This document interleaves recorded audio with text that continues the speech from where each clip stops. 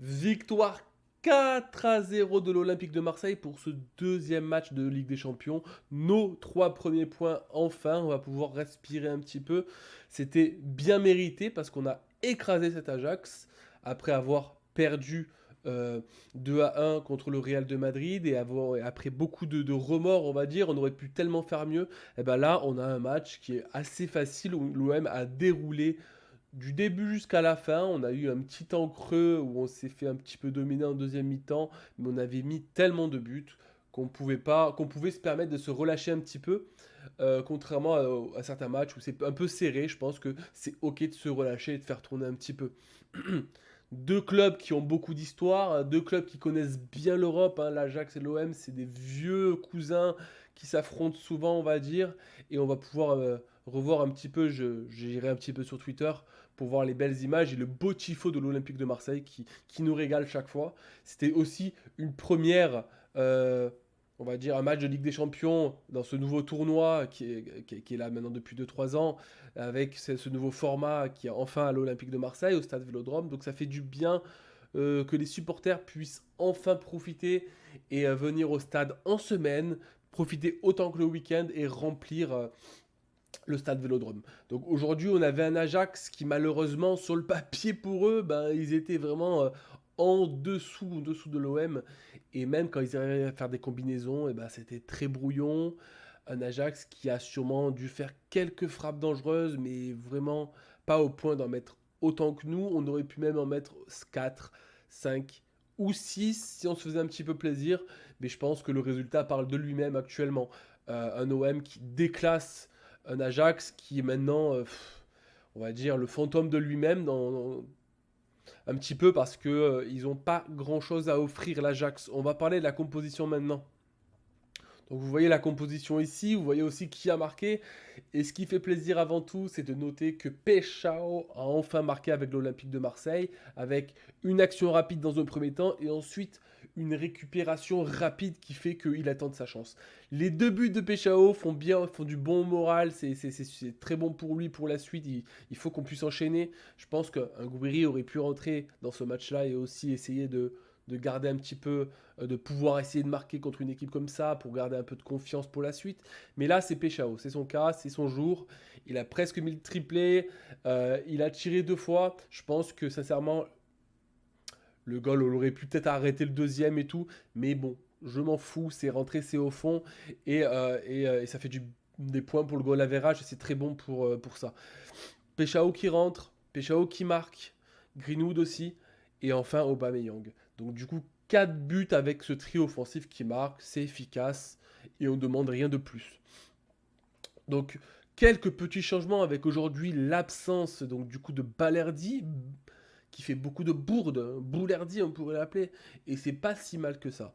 En termes de défense, Medina c'était moyen, il est sorti sur blessure, c'est pas très grave. Je trouve que il n'y a pas trop de points noirs sur la défense, pas trop de problèmes. J'ai vu Aguerd des fois être moyen sur ses passes, mais en termes d'intervention, Pavard et Aguerd c'est les meilleurs. Il n'y a rien à dire et ils font très bien le boulot là où ils sont. Et Gan Riley, j'ai trouvé qu'il a bien fait le taf aussi une fois qu'il est rentré pour remplacer Medina. Emerson toujours au top, agréablement surpris de cette recrue que je ne pensais pas du tout au niveau et qui remplace un Merlin qu'on a quasiment oublié. Euh, Pavard à Gerd, rien à dire. À Gerd, en effet, juste quelques passes, notamment au bout d'un moment, il s'est lancé en avant. Et sur la dernière passe, il aurait pu faire une belle passe en profondeur pour Oba, qui n'était pas très bonne. Donc du coup, pas trop de choses négatives à dire là-dessus. Au milieu de terrain, alors, O'Reilly, Vermeuren, Nadir, comme d'habitude, ça change, ça tourne. Le problème, Nadir, c'est pas intense. Excusez ma voix, je suis malade, je suis totalement malade. Mais du coup, Nadir, oui, c'était pas ça. Il est sorti dès la deuxième mi-temps, ça a tourné. Vermeuren, lui, par contre, hyper intéressant. Moi, je trouve que Vermeuren, en termes de récupération, et comme prouvaient les stats avant même qu'il soit recruté à l'OM, c'est ce qui était mis en avant chez Vermeuren. C'est positionnement quand on n'a pas le ballon, positionnement du corps, interception, super. Et c'est ce qu'il nous a prouvé aujourd'hui, c'est que Vermeuren est un très grand joueur en devenir, il est encore jeune, qui a floppé dans son club juste avant, mais parce qu'il n'a pas eu assez de temps de jeu, il n'a pas eu le temps de prouver, il a visé peut-être trop, Aujourd'hui, je trouve qu'il a été très très bon et il avait rarement joué aussi longtemps avec l'Olympique de Marseille. C'est voir le seul moment où il a joué aussi longtemps. Donc, bravo Vermeuren. Je pense que c'était une masterclass aujourd'hui de sa part. Et ensuite, on va parler du trio offensif qu'on vient de parler également. C'est que on a quand même enfin un peu d'efficacité. On arrive enfin à jouer avec la profondeur avec Peshao. Au bas, toujours aussi bon, hein, toujours aussi vif. Et je pense qu'il aurait pu être changé pour Guiri au bas parce qu'il s'est fait plaisir. Et il faut aussi donner un peu de confiance à Guiri vu qu'il en manque énormément ces derniers temps. Vous voyez dans les subs, donc tu as Egan Riley qui est rentré, tu as Wea qui est rentré à la place de Nadir, à Hochberg, Angel Murillo. On s'est fait plaisir, on va dire. On tourne l'effectif. Il y a beaucoup de joueurs qui avaient besoin de prendre un peu de temps de jeu. Et c'est ce qu'il a dit, surtout De Zerbi, c'est que tout le monde va jouer à l'Olympique de Marseille. Et je pensais surtout quand il disait ça, tout le monde va jouer, mais il manquait ces derniers temps un peu de Egan Riley. Je trouve que depuis son carton rouge, qui n'avait pas assez joué, et je trouve qu'il a quand même quelque chose à offrir. Il n'était pas trop dans la rotation ces derniers temps. Quelque part, c'est un mal pour un bien que Medina sorte. Je ne sais pas qu'est-ce qu'il a exactement. Mais c'est une bonne chose que Egan Riley puisse aussi, lui aussi, retrouver le terrain petit à petit. Je pense qu'il n'a pas de démérité et il mérite sa place tout autant que certains. Donc un peu, on verra l'année prochaine les nouveaux enjeux et les nouveaux challenges que l'OM aura, mais une défense qui se structure avec quelques points d'interrogation, il y a du suspense. Donc battez-vous à l'entraînement, c'est tout ce que j'ai à dire. Avec une équipe comme ça, bah forcément, on déclasse l'Ajax. Forcément, on déclasse une équipe qui a sûrement un niveau inférieur d'un top 5 français. Euh, c'est le fantôme de lui-même. Et voilà, c'est le jeu parce que dans leur championnat, ils sont très bons. Et encore, je n'ai pas regardé ce qu'ils ont fait cette année. Mais évidemment, ils vont souvent avoir des places européennes. Malheureusement, ça faute parce qu'on a un OM aujourd'hui qui est restructuré et qui a un niveau Champions League au-dessus que l'Ajax largement. On peut en profiter pour regarder ce magnifique tifo. Alors, c'est ce que disent souvent les personnes qui regardent un Ajax OM, c'est qu'on regarde un petit peu des vieux, c'est pas un derby, mais c'est des vieux combats vraiment old school, comme vous le voyez dans les tifos, c'est un combat que l'OM aime mener, on va dire que l'Ajax, c'est un adversaire qu'on affronte souvent, il me semble qu'on l'a joué il y a 2 ans, il me semble qu'on l'avait joué en 2009 également, donc c'est un adversaire un petit peu old school qui montre malgré tout même s'ils sont en dessous que nous, que des clubs avec de l'histoire comme l'Olympique de Marseille peuvent rester encore au top les années et les années qui passent. Et c'est ça le football, c'est la beauté de voir des structures sportives comme ça qui ont plus de centaines d'années et qui sont encore au top. C'est ça qui est beau.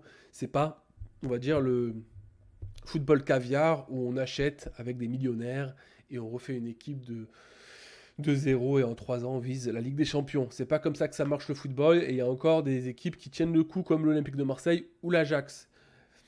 Il me semble que voilà, il y a un peu de rivalité avec l'Ajax. Il y a eu un déplacement qui n'a pas été accepté parce qu'il y a quand même des hooligans là-bas. Mais bon, moi je trouve que c'est une belle affiche malgré tout et on a un tifo qui est à sa hauteur. Ensuite, Vermeuren, ensuite c'est pour finir un petit peu cette vidéo, qui sera un peu courte, hein, mais Vermeuren, je tiens vraiment à le mettre en avant parce que je pense qu'il peut nous offrir beaucoup de solutions, même en Ligue 1, et ça peut être vraiment quelqu'un qui peut apporter beaucoup. Je trouve que il est grand, il peut être physique sur ses appuis, il est très bon, il a une bonne gestion de la balle, et surtout, il a de très bons réflexes, on va dire un QI footballistique très important pour pouvoir voir les déplacements des équipes adverses quand on n'a pas le ballon et récupérer un nombre de balles inimaginable. Donc quand il aide, en plus avec un O'Reilly et avec un Angel ou Angel Gomez, etc., un Hochberg, un Nadir, vraiment quand on aide les attaquants à faire du pressing, avec un joueur comme ça, c'est hyper important et c'est hyper fort. Donc, moi, c'est ce que j'avais vu et je l'avais comparé ce mec-là à Rongier.